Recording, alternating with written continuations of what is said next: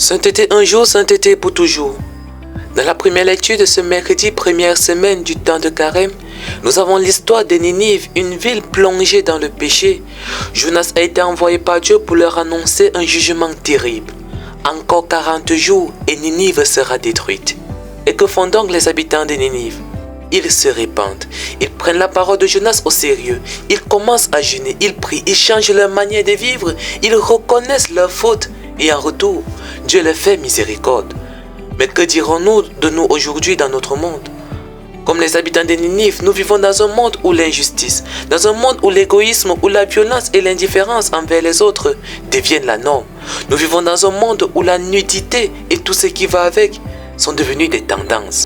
Ne voyons-nous pas que tout cela nous éloigne de Dieu? Nous nous enfermons dans nos mauvaises habitudes, dans nos péchés et vivons comme si de rien n'était. Mais le message est clair, il est encore temps de changer. Nous avons encore la chance de revenir à Dieu, de transformer nos cœurs et nos vies. Comme les habitants de Ninive, il n'est jamais trop tard pour se convertir. Jésus aussi dans l'évangile de ce jour nous avertit, cette génération cherche un signe, mais en fait de signe, il ne lui sera donné que le signe de Jonas. Encore Jonas. Alors, quel signe cherchons-nous réellement? Cherchons-nous un signe spectaculaire, une preuve qui nous viendrait du ciel? Peut-être que, comme la foule de Jésus, nous voulons des signes, mais refusons de regarder les vérités qui nous dérangent. Peut-être qu'au fond de nous, nous avons peur de confronter nos vies à la vérité de l'évangile. Nous avons peur de voir que nos vies ne coïncident pas avec ce que Jésus nous demande. Nous, aujourd'hui, nous vivons un carême. Et ce carême n'est pas qu'une simple série de privations. Ce n'est pas une question de jeûner juste pour faire acte de bonne volonté ou pour paraître pieux. Non, ce carême doit être un moment de vérité, une occasion de regarder notre vie en face et de nous demander: où suis-je vraiment avec Dieu? Ai-je pris au sérieux son appel à la conversion? Ce que Jésus nous dit aujourd'hui, c'est que les signes que nous cherchons sont déjà là.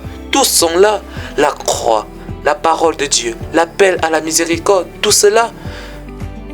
Ce n'est donc pas un miracle extérieur qu'il nous faut, mais un miracle intérieur. Ce que Dieu attend de nous, ce n'est pas que nous attendions un signe spectaculaire, mais que nous nous détournions sincèrement de notre péché, nous nous tournions vers lui. Ne laissons pas passer cette chance. Comme les habitants de Ninive, ne perdons pas de temps.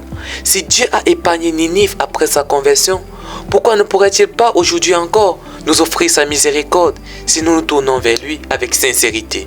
Et c'est tout ce qu'il demande. Sainteté un jour, sainteté pour toujours.